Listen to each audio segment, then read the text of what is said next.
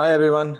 Today I will be testing out the agent builder, which is from OpenAI. OpenAI released Agent Kit about a couple of weeks ago, and Agent Builder is essentially their visual canvas on which you build all these AI workflows.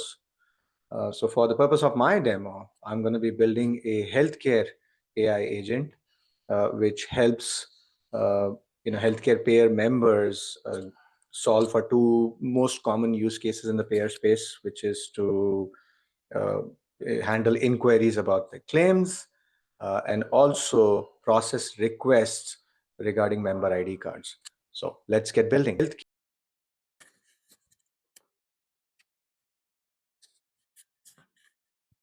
So the first thing you will do is go into Agent Builder, and you can see all your workflows there. OpenAI provides some templates that you can look at so that you have some idea as to how to get started and how some of these nodes really work. But in our case, we're not going to rely on any of these templates. We're going to create our own. So we're going to go ahead and get started on our agent. So the first thing we will do is we will create a classifier which will be able to allow us to classify the user's request, whether it is, whether the user is requesting claims information or whether the user is requesting, the ID card. So the output format is JSON. We're going to go add a property called classification. I'm going to select that type as enumerated, and then we have two requests that we are solving for. One is for claims and one is for ID card requests. We'll go ahead and do that. Update. Once that is done, then we are going to branch out into an if else node. And if we classify the request as claims,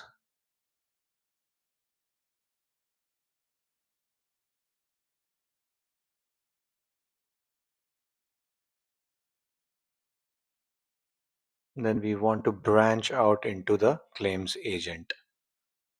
So we're going to go ahead and add the agent node again and provide it a set of instructions.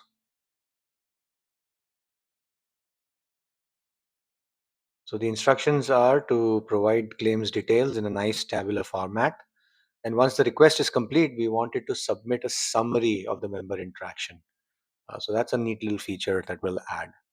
So here we're going to look up our member in our pair core, and we're going to request our agent to provide us information. And you can see there's nothing in the interaction summary right now.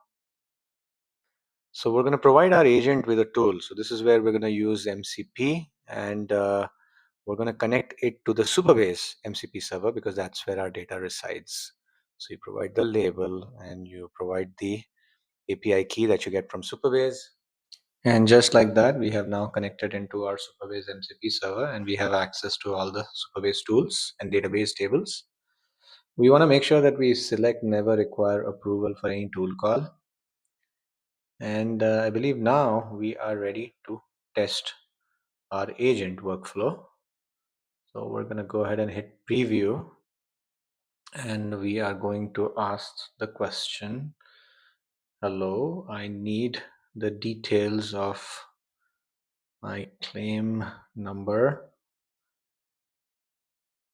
And I'm going to go ahead and find the claim number from my backend system. So that's the claim number we're going to use. I'm going to go ahead and copy that and paste it here. And let's see our system perform. So we have now moved through the classifier, and the classifier has selected classification. It's classified it as claims, goes to the claims agent, and here's the reasoning. So it goes and gathers the claims details, and it is now presenting the data to the customer in a nice tabular format. So here's all the information: $250 billed. Here are all the procedure codes, the procedure and the diagnosis codes, and it has also logged the member interaction. So let's look at the claims details. So yeah, that's the $250 amount. status approved. These are the two procedures. And it also went and logged in the member interaction uh, in a nice summarized way, and even put in the messages in a nice transcription format. So the agent did what we asked it to do. Member ID card request is a very common use case in the healthcare payer space. So that's the next one that we're going to work on. So going back to our workflow, we're going to add another if statement there, copy the same thing, and then change this to ID card request. Let's make sure that we can match it to what we had in there. So if we go back to the classifier, just to make sure in our response schema, yeah, that's what we said, ID card request. And if the request is for an ID card, we want it to branch out to the ID card request agent. Here again, we are going to provide it with specific set of instructions as to what it needs to ask the members before submitting the request. So we want to know the name, the preferred delivery method, whether it's a physical card, digital card, mobile wallet, and the mailing address.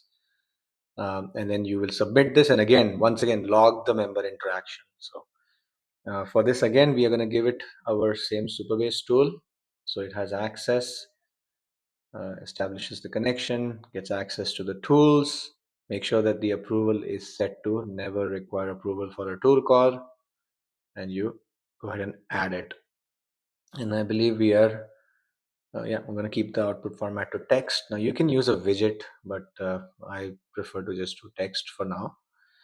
And so I'm going to say, hello, I need to request an ID card. I'll just keep it. I just need to request an ID card. So it goes to the classifier. This time it should classify this as an ID card request. Goes to the ID card request agent.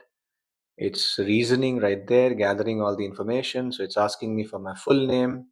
So I'm going to request it for John Smith. And I would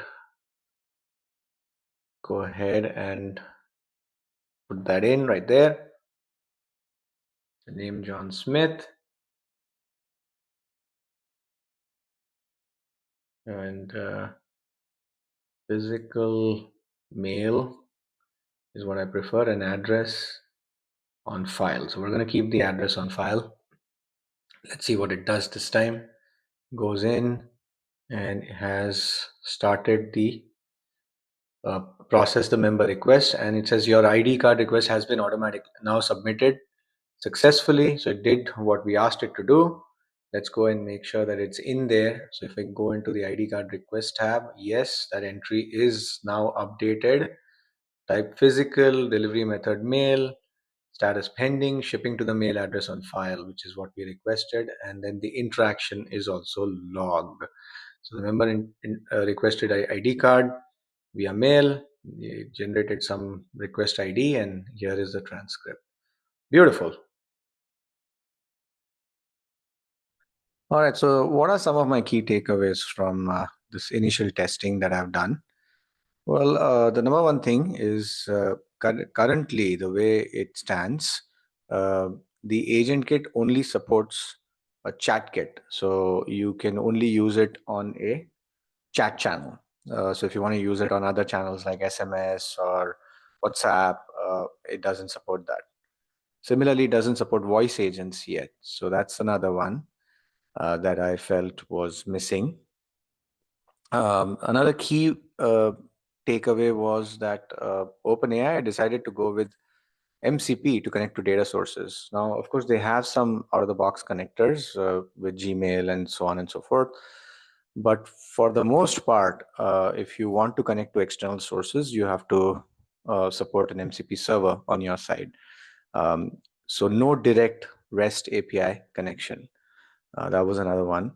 You cannot trigger these flows, outside of connecting it to a chatbot to your web application. So that's You cannot just trigger it based on an API or a webhook or any of those things.